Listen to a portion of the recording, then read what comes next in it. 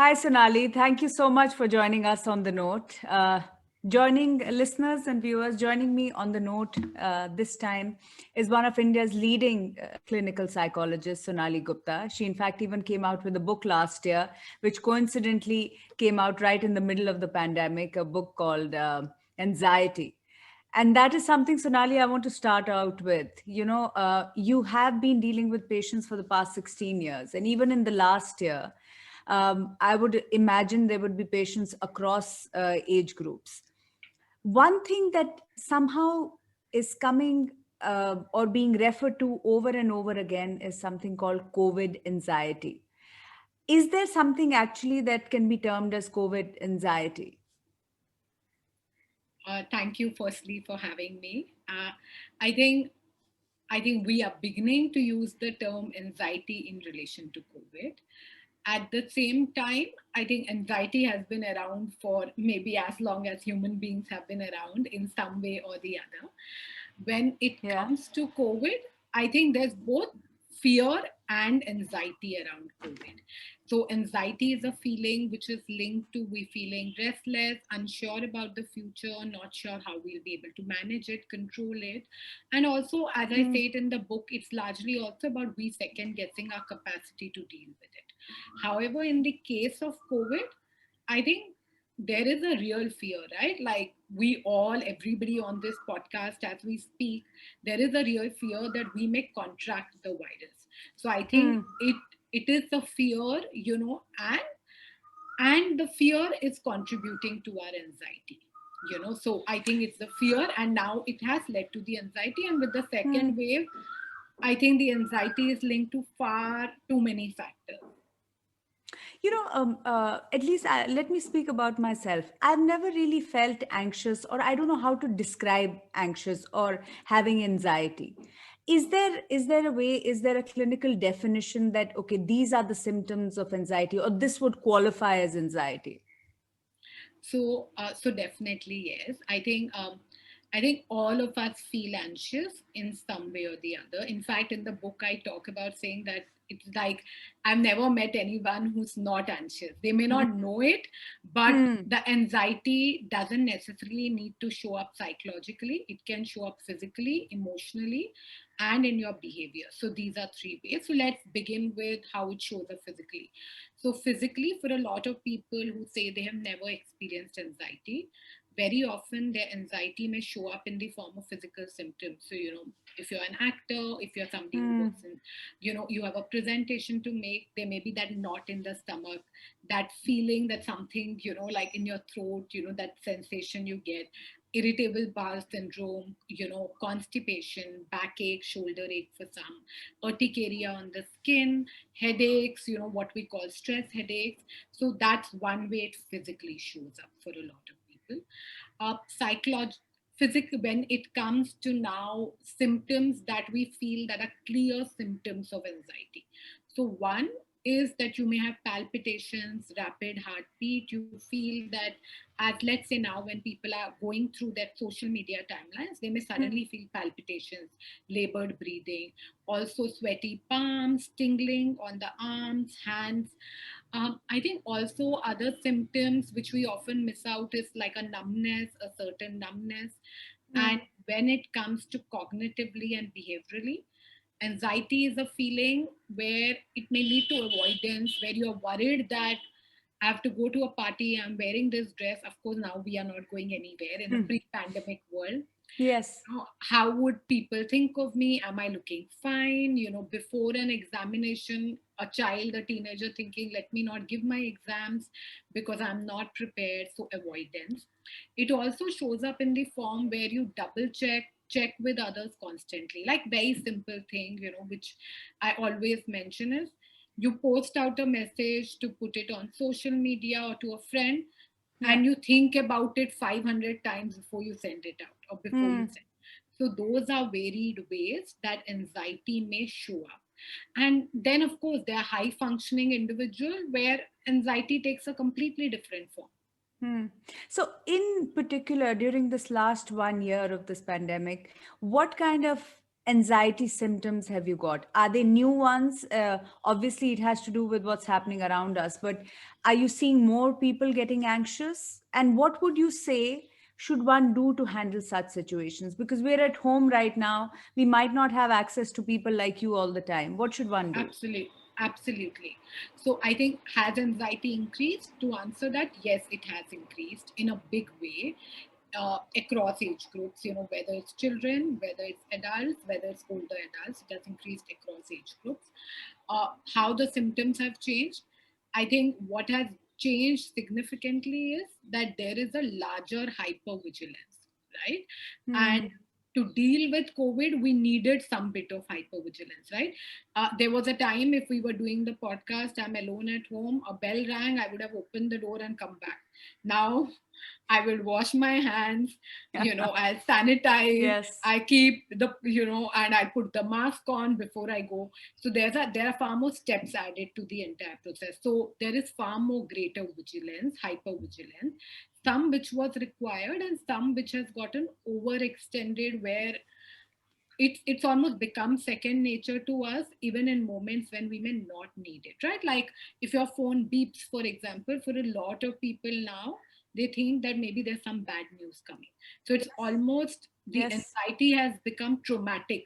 Hmm. It's also taken the shape of trauma. One, I think. Second, for a lot of people, they are feeling numb. They are also saying their hair is falling, hair is turning gray far more. Hmm. And there could be many factors around all of it, but a lot of them feel it's due to the stress, whether it's their hair fall, whether it's this backache, consistently having body aches, feeling Hmm. too wired. So all these behaviors have increased significantly. So what does one do simply, if you had to give us simple things that we can do at home to handle such situations, to kind of bring down our anxiety? What should one do? Yes, so I think, couple of things. I think one of this always works with anxiety, even when I wrote the book in a pre-pandemic period, even now. When we are dealing with a situation which is as intense, as enormous as what we are going through, Hmm. it's normal, you know, to some degree, for all of us to find ourselves catastrophizing, where Hmm. we are thinking of the worst case scenarios. We are Yes. thinking that we contract the virus, so does our family contract the virus. And I think now and then it moves to a downward spiral, right? It doesn't stop, and that's what anxiety is. It doesn't stop at getting the virus. You Hmm. will think that you will be worst hit by COVID. And Yes. when we do know, the COVID symptoms can range from asymptomatic to mild to moderate to severe, right? Hmm. When people are catastrophizing, they'll think they will get onto the worst stage. Then they'll think that I'm not going to get the hospital bed. Then they'll think I won't get oxygen, I won't get ventilator, I won't live. Now, just if your thoughts are jumping so fast and consistently, it's like a sure recipe for panic attack. And I think Hmm. during the pandemic, maybe a lot of us have felt it at some stage. Like even I am guilty of feeling that, at some point around it. So the idea is to decatastrophize, which means when you find yourself falling for it, to tell yourself, a, it's not happening as of now. You're thinking of the worst case. Between the worst case and the best case, there are a lot of situations that lie. One. Second is to tell yourself that it is a hypothesis that you may fall sick. Hmm. My worry is, from last March to now, maybe people have thousands of times or lakhs of times thought that they are going to fall sick and played out this in their head. And Absolutely. that has led to a state of fight, flight, freeze. So the Hmm. idea is to break from that pattern. One. The second one, which is very valid to the times we are living in when we are just recording this podcast, is consciously choose to not doom scroll. So doom scrolling is, when we look up the social media in the hope to help someone, or in the hope of getting some good news. We find one news where, which is overwhelming, threatening, and we keep going into that where we keep searching for more news. So Hmm. sometimes by the end of 20 or 30 minutes, or even 10 minutes, a lot of my clients or what I even hear on social media is people feel people feel that their heart is racing. They feel a sense of despair, a sense of helplessness. Catch yourself when you're doom scrolling. And I think a very simple tip, before you go off to sleep, maybe don't look at your phone and look out for the tracker, the numbers. How would you get Very sleep if hard to you, do, Sonali. These are very hard things. But yes, you very good advice, I must say. Yeah. I think, I think if you build it into your sleep hygiene, and if you make a conscious choice to have fixed periods when you're going to check social media, that's what you need. Otherwise, your brain is way too wired, and you are putting yourself in a place where you're opening up to way too much than what your body can handle at any given time. Okay, doom scrolling, that's for sure on top of my list, something that I'll have to find a way of actually getting out of because I'm doing that all the time. And I think a lot of the listeners and viewers of the note might just take note of the fact that this is what they're doing all the time. Uh, I want to ask you, Sonali, how have different age groups been impacted in the past 1 year? And we see a very long fight as we go forward with COVID. We've seen the ones who actually got the symptoms, right? They are of course suffering in various ways, and I'll come to that as to how do you rehabilitate the ones who've had COVID psychologically. But let's start with children at home, children and teenagers, those who are schooling at home, having these online classes all the time. How has COVID impacted them psychologically? I think they have been massively hit. At the same time, I don't think they have the language to articulate in so many ways how they have been hit as adults have it. So, so 2, 3 year olds, 4 year olds, for them to be exposed to Zoom classes, online classes, it can be quite difficult. The screen doesn't take, it's so hard to pay attention to the screen all the time. Right. And a lot of them are beginning this as their first experience. So I think it's very challenging.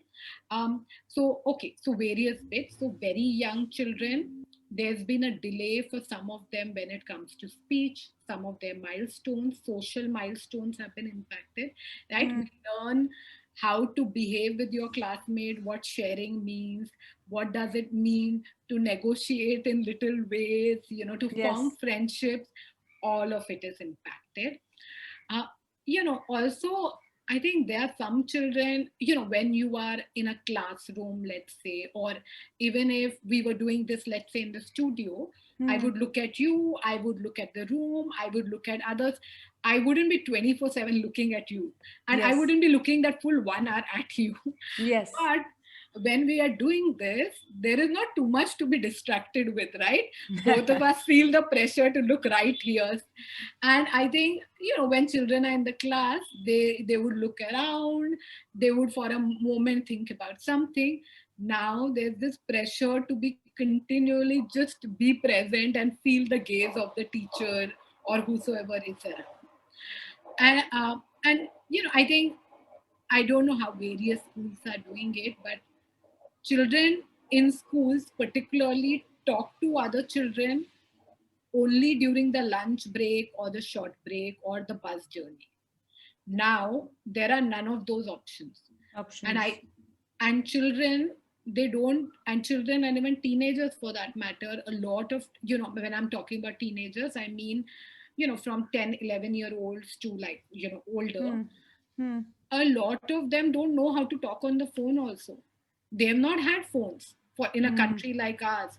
So for Yes. them, how to their conversations are good morning, how are you, good night, because a lot of them are still struggling. A lot of their conversation base used to be, this happened in class, this happened, what have you carried in your lunch, what in your lunch box.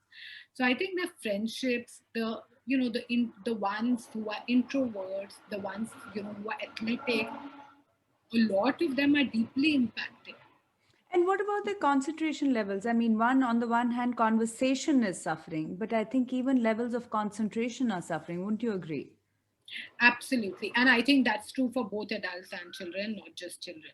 There's a massive drop in concentration because I think this we are doing online because we don't have choice at this. Hmm, Is it the most optimal method to work? No, not at all. not at all. If this were a one-off hybrid model, it would be fine, right? Like if I saw three clients in the clinic and a one-off online because there's an emergency, they are traveling, that's fine.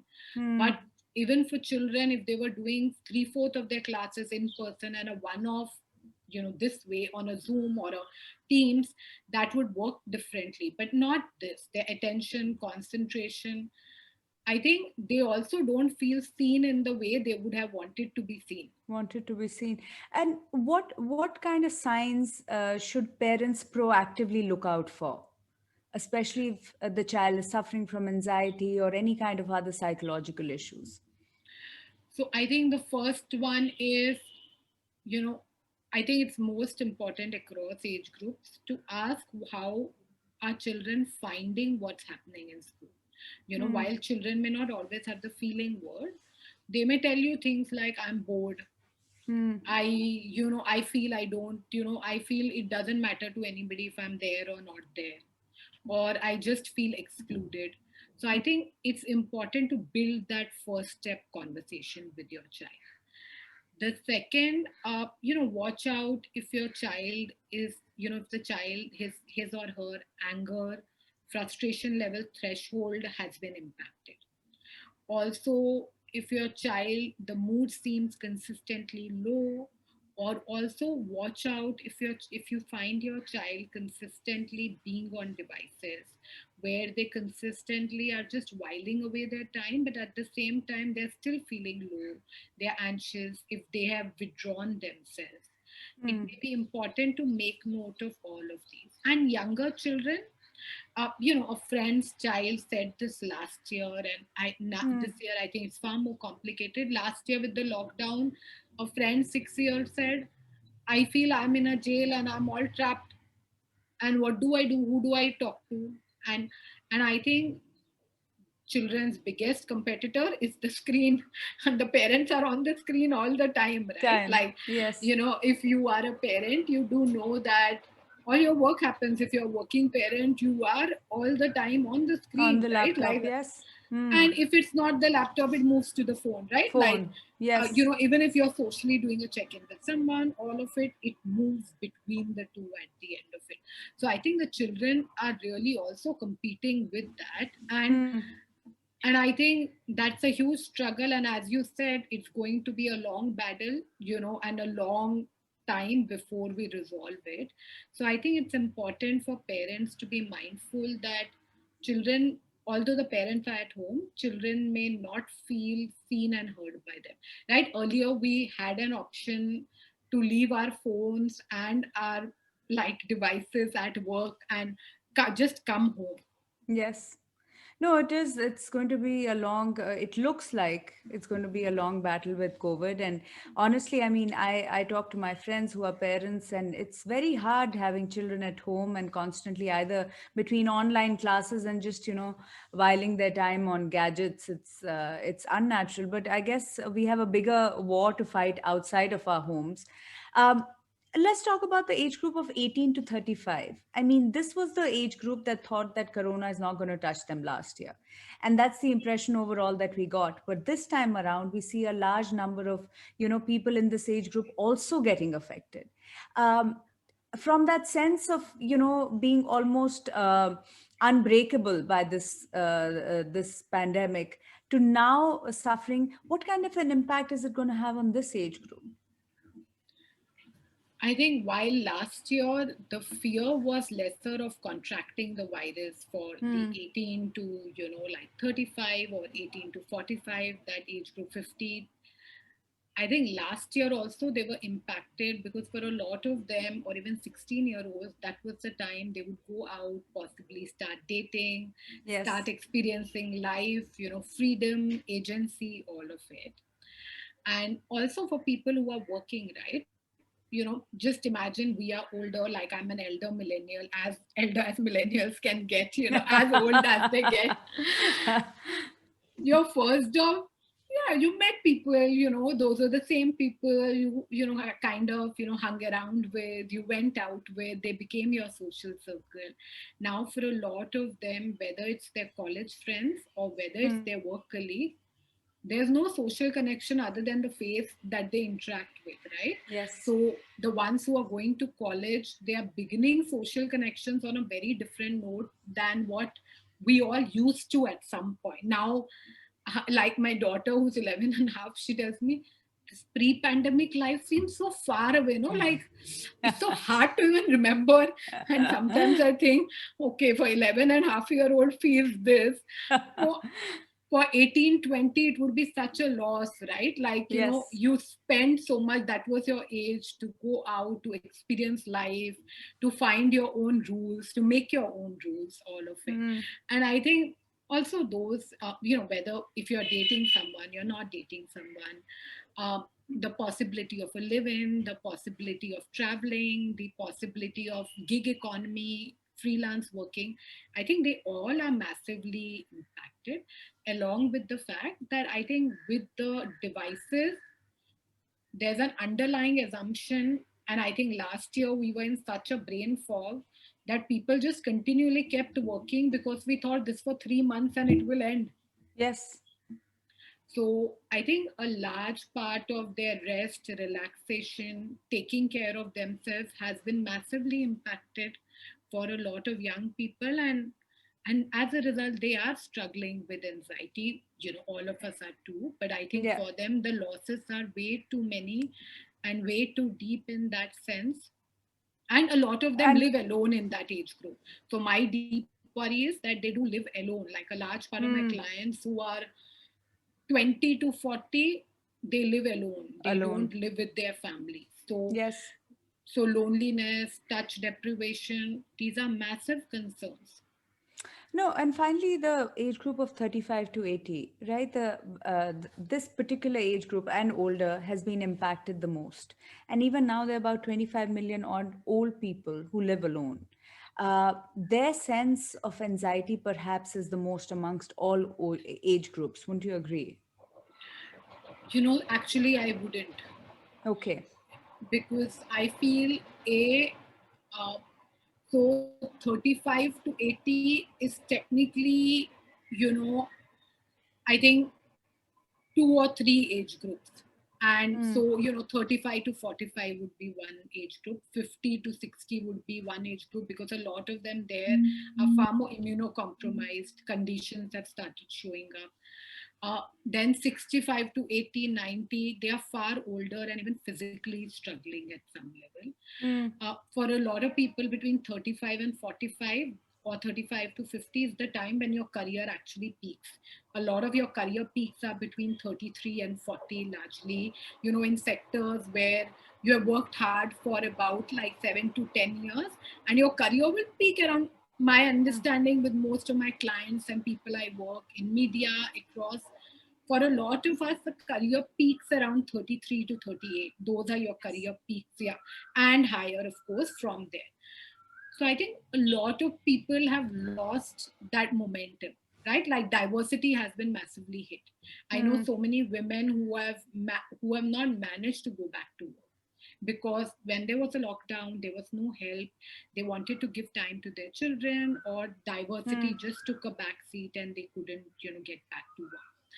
Also, for a lot of men, also, if you had to take care of your family, a lot of it, career choices, if you wanted to change your career path, if mm, and I think leave just the gender bit, if you are the one who's the breadwinner for the family, if you wanted to make a transition to a different field, suddenly it meant now you can't do it, yeah. because now stability and safety and financial security is essential at this point. Yes. And I think a lot of them between 50 and 60, their concerns are if they are married and if they have children, they are now also traumatized by what will their children's future look like, because a lot of their children were either in older classes, or Mm, thinking of either going to a different city or a different country, but start higher education.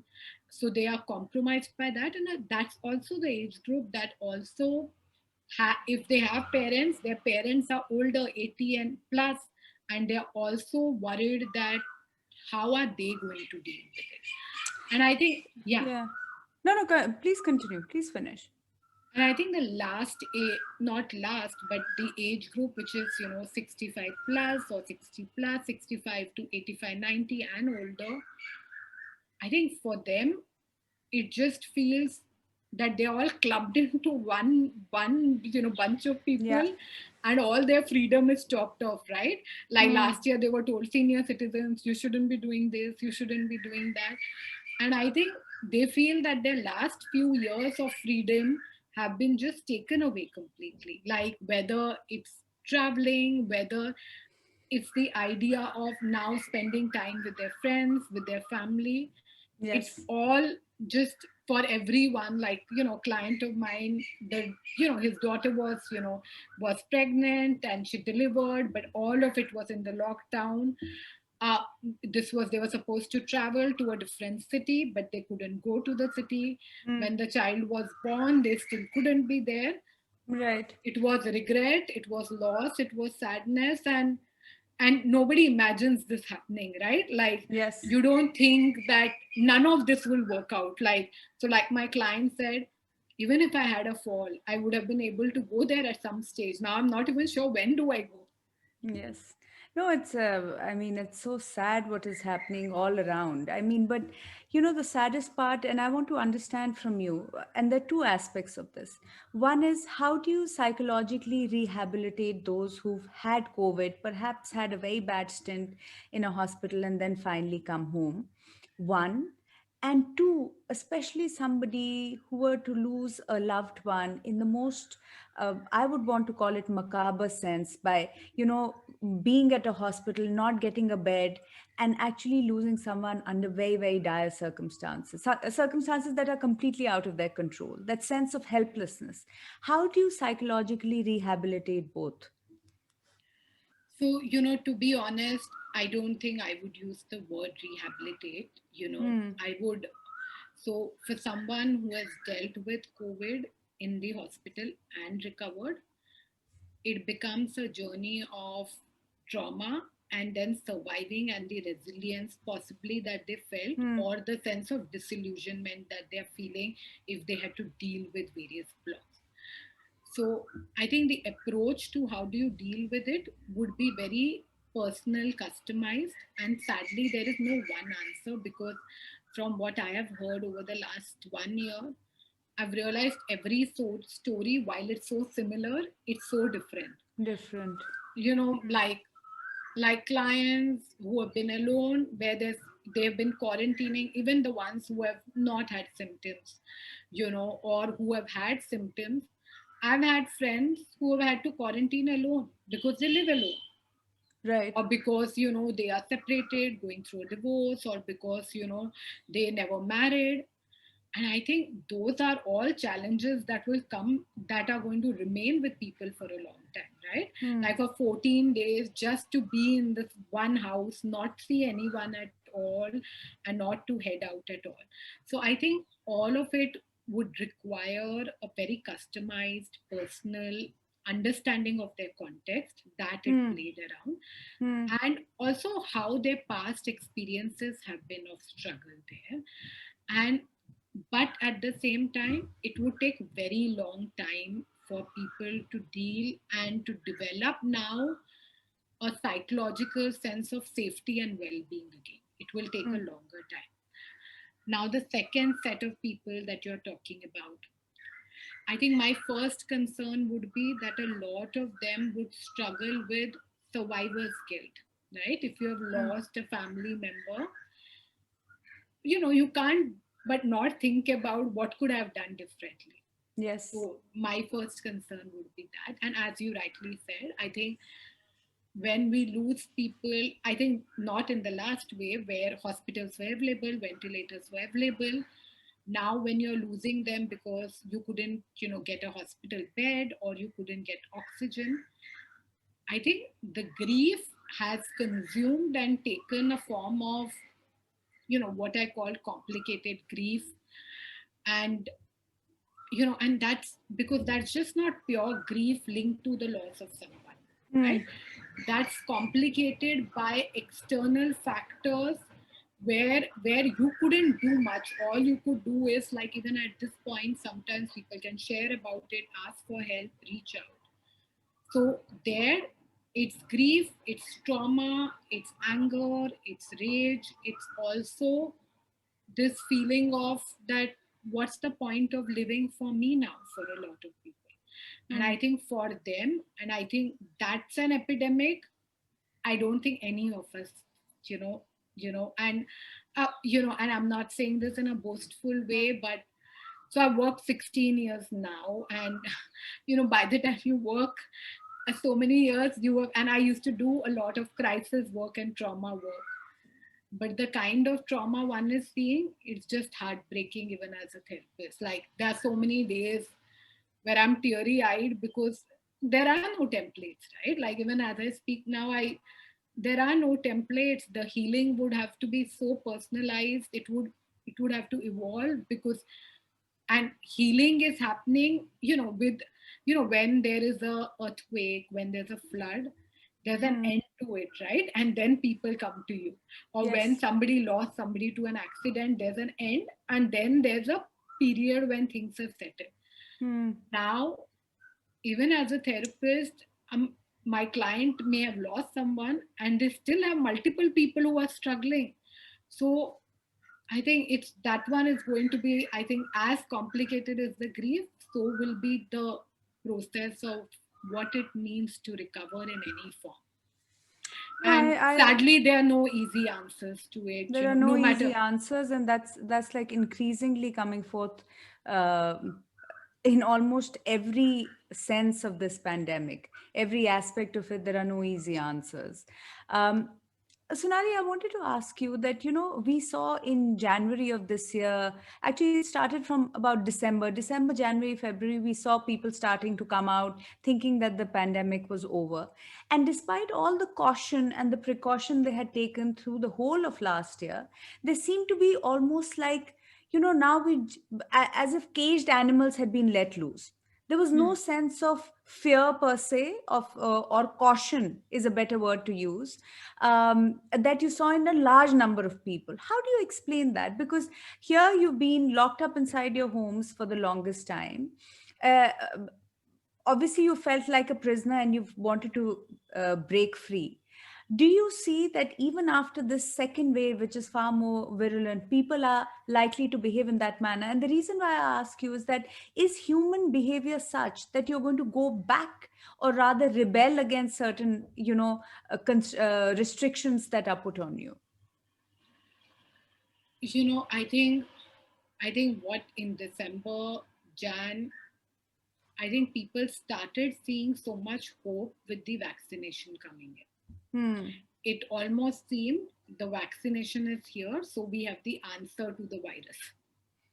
We almost have a tool to deal with it, right? Hmm. And in the US, like, an uncle of mine is a cardiologist, and their hospital, when Pfizer started, he got it in those early rounds, so early December, mid December. It just meant that, okay, India will also have far more hope in the months to come. And by Jan, like, I am still not vaccinated, I'm still in that age group which can't be vaccinated yet. But it just felt that, okay, my doctor friends getting vaccinated, my uncle getting vaccinated, Hmm. it did seem hope at some level. So I think one is that. And I think by then, I think we were not talking about the mutant forms of the virus, right? We were not talking about it taking a new form altogether. I think thirdly, a lot of people felt that they had missed connections, that life had to start all over again. And I I don't know how many people gave up the precaution, but Hmm. I think there were people who maintained the precautions, but suddenly, because the cases were dropping and then we had numbers, facts to go with it, I Right. think people did feel that they had a greater chance to be free and to do things a certain way. And at the same time, when you are let out, when you've been trapped for so long, some people will take baby steps. Some people just immediately want to just be out Jump. and, so I think, human beings can be complex and they can choose multiple ways to deal with the situation. Now, when this ends, A, I do believe that there would be an end to it, maybe a long fight, and then Absolutely, it will. We have to. Yes, we have to see an end to this. yes, and it's the rule of nature, right? The nature works that way. We will Hmm. see an end to it. How would people go back? I think this time around, it's a feeling, and so it's not coming from a place of scientific as of now, because like you, I've never seen this before. But I think now maybe the caution would be a little bit more, because in the second wave, I think Hmm. with all of us who are in the podcast, we also know a lot of people in our first circles who have it now, Yes. as compared to last year, right? Yes. Last year, there were a handful you knew of. Hmm. But Hmm. this year, everyone I speak to can count more than five people at any given point, right? Easily.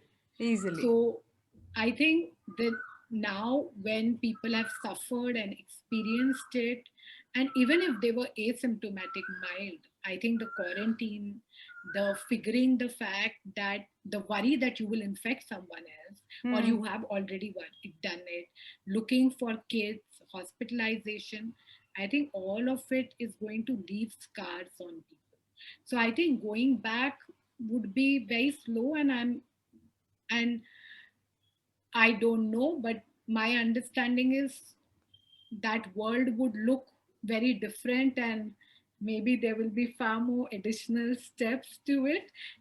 If I came to the podcast at the studio, I would have given you a hug, and then Yes. gotten to communicating. Um, Post the pandemic, would one do that? I'm not sure, and it does feel like a massive loss still, because that's how one would connect to a lot of people otherwise. Yes, unfortunately, it seems like a massive loss to human interaction or the way it used to be, at least for some time. Finally, Sonali, I mean, your advice has been so wonderful, and I hope a lot of our listeners and viewers learn from it or at least stay calm in what is clearly a very, very tough and challenging Yes. time for all of us. Finally, if there is any mantra you want to give to all of us, whether we are quarantining, whether we are finally coming out of it and recovering and recuperating, or just sitting at home, some of us thinking that we're going to be the next ones who get COVID, what is the one mantra that works for all these various varied groups? So I think the one thing that works, and I think that the world needs more of, is ask yourself what gives you hope. Find a way to find your own hope. Is it, when there is not too much hope outside, you can look at your own inner life and find hope in some way. And even if it's not what's happening now, in the past, what gave you joy, what gave you sense of connection, remember that, because that's a part of our humanity. We did, even if it's kids, adults, elderly, there was so much human connection, there were so many people who touched our lives. And I think one way to walk through this, to pass through this, is to pass with believing in hope. And my worry is that if people don't do that, their sense of meaning and purpose making would be impacted. And so find ways to cultivate your own hope. And human beings are massively capable. We have literature, films, we have Holocaust, world wars to tell us that human beings are capable of still holding on to hope. Wonderful. I couldn't have put it any better. And I hope, Sonali, your next book is titled Hope, because we need a lot of that. From anxiety, I think we need to move towards hope. But thank you so much for the lovely advice that you gave. And I hope all our listeners are listening in. Stay calm and stay hopeful. Thank you so much. Thank you so much for having me and hosting me.